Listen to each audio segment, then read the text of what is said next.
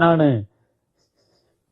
கல்லூரி பேராசிரியராக இருக்கிற பொழுது நான் சொன்ன மாதிரி பகுத்தறிவு ஆசிரியரினுடைய செயலாளராக நான் நியமிக்கப்பட்டு இந்த அடல் சொல்லி பட்டிமன்றம் தலைப்பு தெரியுங்களா?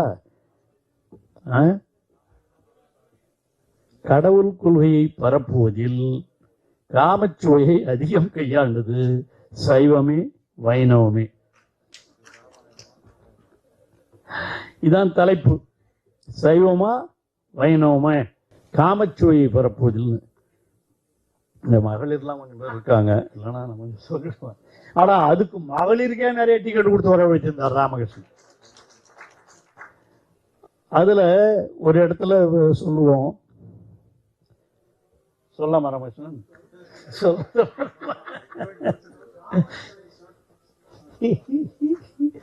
அதுல சொல்லுவோம், ஒருத்தன் தப்பா நினைச்சுக்காதீங்க மகளிர், ஒரு விலை மாதவியின் வீட்டுக்கு ஒருத்தன் போறான்.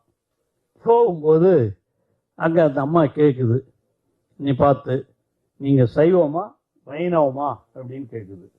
அவனுக்கு ஒன்றும் புரியல. அவன் பணம் எவ்வளோ 5 கொடு 10 கொடுன்னு கேட்டான்னா ரைட்டு. என்னடா இங்க வந்திருக்கிறோம் நாம ஒரு விலை மாத வீட்டுக்கு, நம்மளை சைவமா வைணவமான்னு கேட்குறாங்க அப்படின்னு கேட்டான். அந்த அம்மா சொல்லிச்சான், இன்னும் ஒன்றும் புரியலையே அப்படின்ட்டான். ஒன்றும் இல்லை, சைவம்னா இப்படி வைணவம்னா இப்படின்னுச்சான்.